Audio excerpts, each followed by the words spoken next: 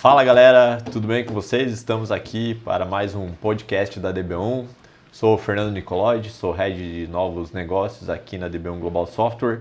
E hoje a gente está aqui com o Carlos Gregório, é nosso Chapter Leader de Design de Produtos Digitais. Seja bem-vindo, Carlos. Obrigado, Fernando. Prazer estar aqui. Prazer é nosso, cara. Ter um cara igual você aqui com nós é sempre um privilégio. A gente tem um assunto bem da hora para conversar hoje, cara, e é bem bacana, que é simplesmente o papel do CX, a experiência do usuário no mercado atual. E por que esse assunto é um assunto interessante, né? A experiência do usuário hoje está muito em voga pela concorrência que se criou, o número de bancos digitais, por exemplo, que existe no mercado. Quem leva tal cliente para tal conta, né? Então existe essa tendência de a experiência do usuário ser cada vez mais importante. E aí eu queria gostaria de começar pedindo para você, Carlos, quais as tendências que vem por aí, né, cara, em CX e jornada do cliente? Como que a tecnologia está ajudando a moldar esse mercado? Boa. Hoje, né, quando a gente fala dessa parte de CX, né, igual você comentou, esse mercado competitivo, né, a gente foca muito em melhorar a experiência do usuário para a gente não ter só um consumidor do nosso produto, mas também um promotor, né, uma pessoa que ajuda ali a crescer, a divulgar, a fazer o nosso produto alcançar mais pessoas também, né? E falando em tendências, né, a gente tem visto muita coisa de inteligência artificial, né, que acho que é o maior assunto aí desse ano. A hype do momento. O hype, né, tem bastante gente utilizando, principalmente para atendimento, né, então tá ali, às vezes até a pessoa acha que está conversando com uma pessoa realmente do outro lado, mas é um robô, é uma inteligência artificial, né, que consegue transparecer ali que ser uma pessoa. E também para personalização de sistemas, né, que a gente acaba utilizando bastante. Então essa é uma tendência que está vindo muito forte. Outra tendência que está muito em alta também é a questão da interação por conversação, né, com aparelhos, né? Então a gente tem aí muitos dispositivos próprios para isso, né, assistentes virtuais ou até funcionalidades dentro dos nossos smartphones que acabam tendo essa interação por voz, né? Então tem aí muito mercado se abrindo para poder fazer compra, pedir comida, resolver problemas, tudo por interação por voz, né? Sem precisar o usuário pegar o dispositivo dele, acessar uma interface, né? Então essa também é uma tendência que está muito alta. E outra que eu acho que também está crescendo, né? Ela entrou um pouco mais tímida, né? Uns anos para cá, a questão de realidade aumentada e realidade virtual, né? Então hoje a gente vê muitos produtos também, marcas de móveis, por exemplo, que utilizam dessas ferramentas, né, para você conseguir ali às vezes simular como ficaria um móvel na sua casa antes de tomar uma decisão, ou então testar uma cor, né, de uma tinta numa parede, por exemplo, antes de tomar aquela decisão, investir um dinheiro, né, e mudar ali o ambiente. Então eu acredito que a gente tem mais tendências, né, mas que eu acompanho essas três, eu acredito que vão vir bem forte aí para o próximo ano também. Legal, cara, é excelente. E aí quando a gente fala em tendência, Carlos, queria perguntar para você teu ponto de vista, eu acho que isso é uma resposta bastante pessoal e profissional, cara, o quão longe estão dessas tendências virarem realidade, né? Porque quando a gente fala para tendência, a gente fala, pô, a moda lá em Paris é uma tendência que está nascendo. Até chegar aqui no Brasil, para os nossos consumidores, às vezes nunca chega e às vezes demora. E essas tendências, o quão longe elas estão de virar no dia a dia pra gente?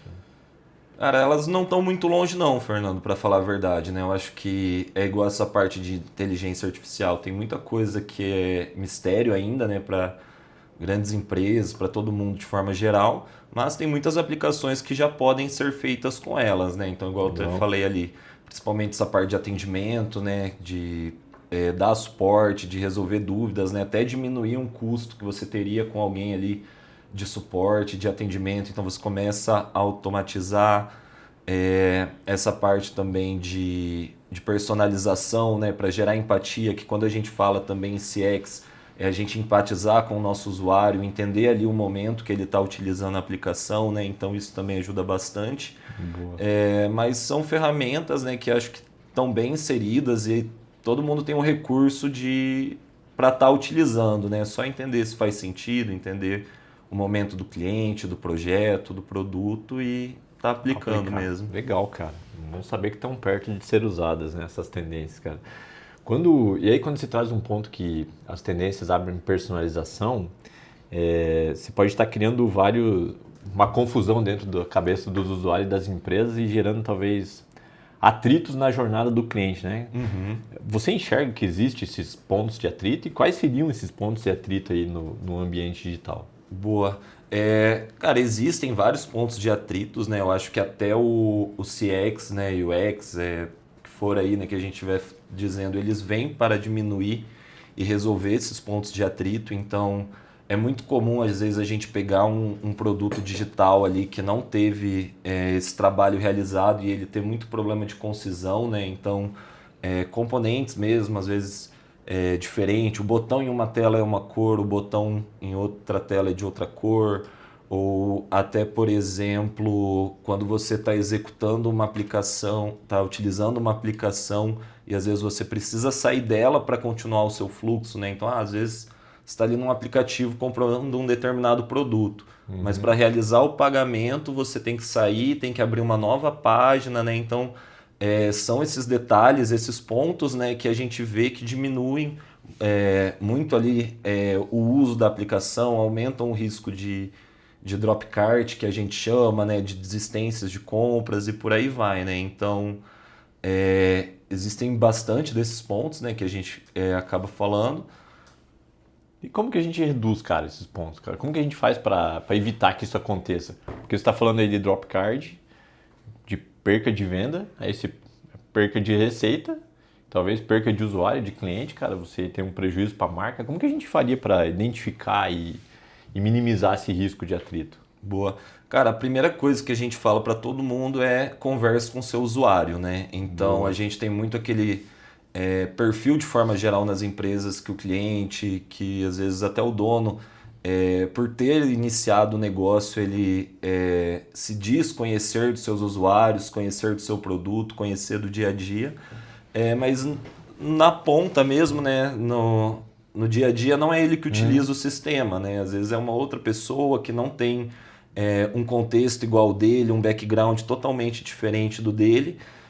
E com isso a gente precisa primeiro ouvir quem usa essa plataforma, né? Então com isso a gente consegue ouvir as dores dessas pessoas, entender esses pontos de atrito, né? As dificuldades que essas pessoas têm, e a partir disso a gente começa a mapear essas jornadas que a gente chama, né? Então uma jornada de compra, uma jornada de onboarding, uma jornada de cancelamento, e dentro dessas funcionalidades a gente começa a desenhar, né, esses passo a passos, o que a gente espera, também levando em conta o que a gente fala do emocional desse usuário, né? Então o produto ele tem que estar bem voltado pensando nisso, né? Porque o momento que uma pessoa às vezes usa um aplicativo de seguro, que o carro dele é um problema, ele está numa situação emocional totalmente diferente de uma pessoa que está ali abrindo um aplicativo de compra, um aplicativo de treino, de atividade física e por aí vai, né? Então acho que é conhecer muito bem, né, com quem vai utilizar esse produto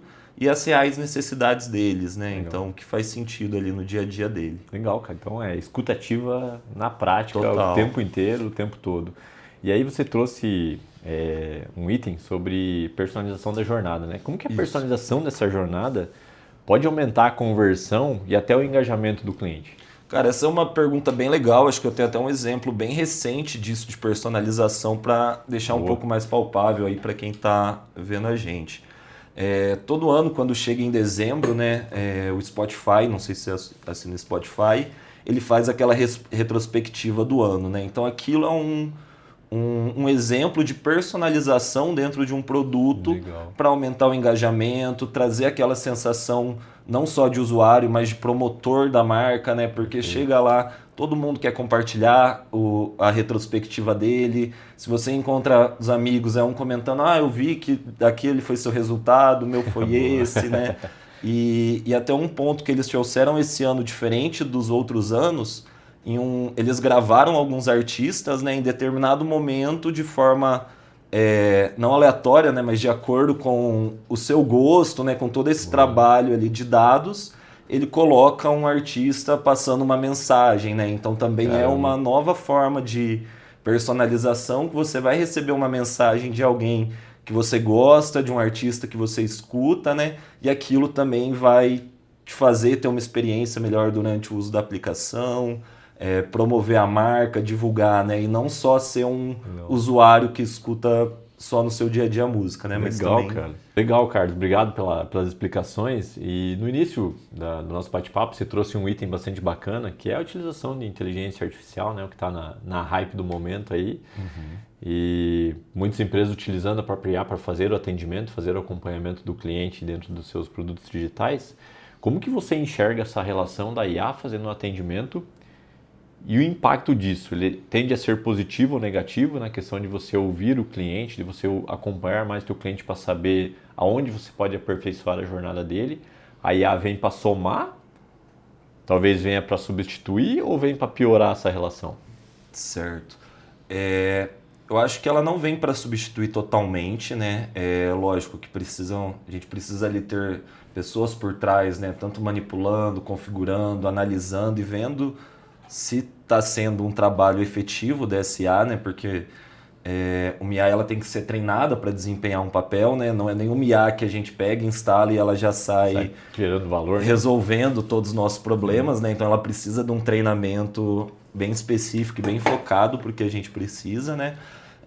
Então eu acredito com isso, algumas áreas, por exemplo, às vezes o pessoal que está mais à frente do suporte, né? Que faz aquela primeira qualificação ali de problemas ou resolvem até problemas mais simples, né? Vamos dizer, um nível 1 ali, eu acredito que podem sim, às vezes, serem substituídas, né? Uma grande parte, né? das pessoas. Legal. Mas aí quando a gente vai entrando em cenários mais específicos, às vezes um cliente que é um pouco mais delicado, sei lá, quando a gente começa a falar às vezes PJ, Key Accounts e por aí vai, né? A gente já vê uma limitação que a IA não vai conseguir nos atender, né? Justamente por ser uma relação bem mais pessoal, fria. Mas ali, né, precisa de um contato um pouco mais delicado. Então eu acredito que ela vai conseguir liberar, vamos dizer, pessoas para outras atividades, né, nessas funções básicas, mas também vai precisar de um monitoramento, um treinamento, alguém analisando aqueles dados, analisando se realmente foi resolvido, né? Perfeito. E não simplesmente, vou instalar uma IA, treinar ela e deixar rodar sem supervisão nenhuma, né? Legal. Acompanhamento também com a IA rodando. Sim, total. Legal. E como o Carlos, na sua visão, se você puder trazer alguns insights para a gente, e para quem está querendo melhorar a experiência do cliente, por onde é que a gente começaria uma melhora de experiência do cliente? Com IA?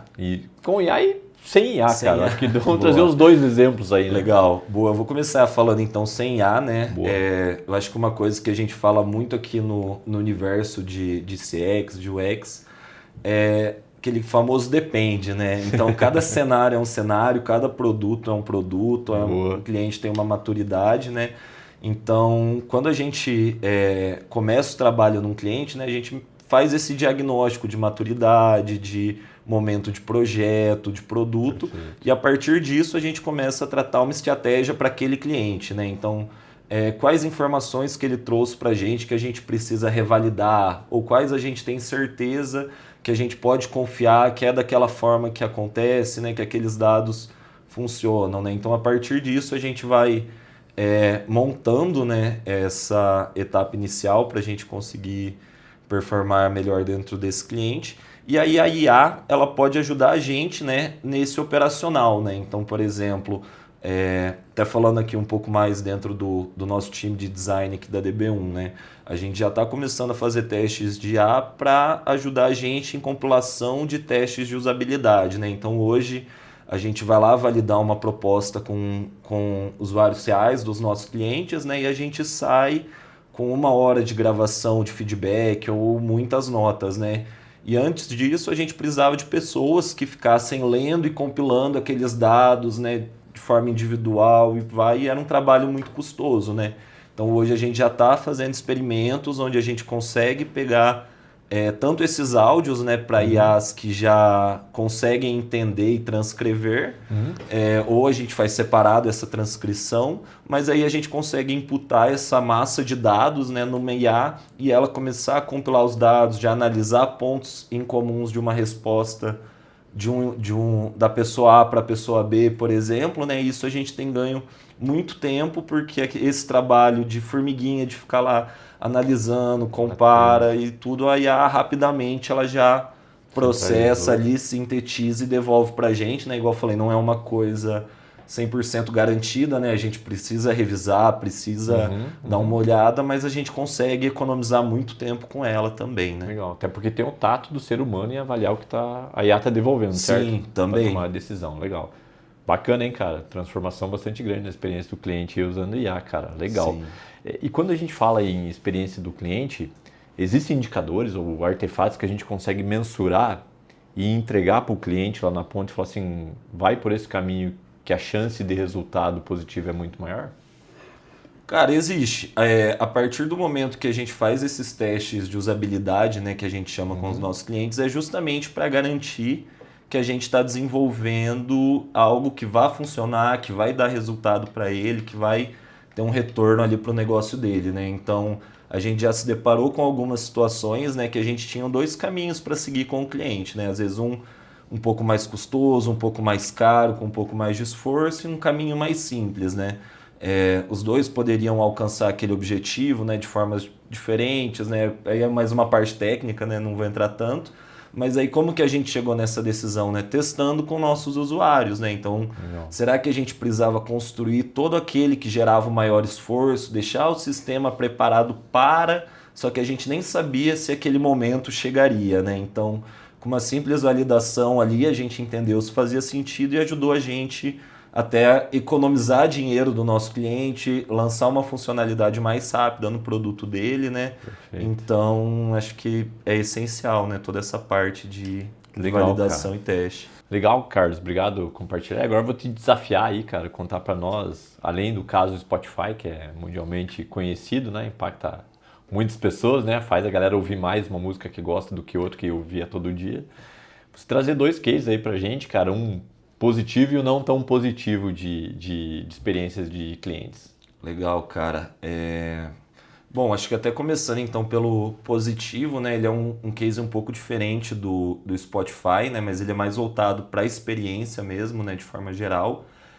Mas saiu uma pesquisa faz um tempo da PwC e nela diz que 73% dos usuários, né, voltados para a compra de varejo, eles levam muito mais em conta essa experiência dentro da aplicação do que o preço, né? Então, hoje em dia as pessoas já estão dispostas a pagar mais caro por um produto, caramba, se for por uma experiência melhor, um envio melhor, uma comunicação, né? Então, hoje, só o valor, né, real ali, o monetário, deixou de ser um fator decisório para as pessoas, né? Não, e essa parte emocional tem sido bem mais importante na decisão delas do que realmente só o preço ali, né?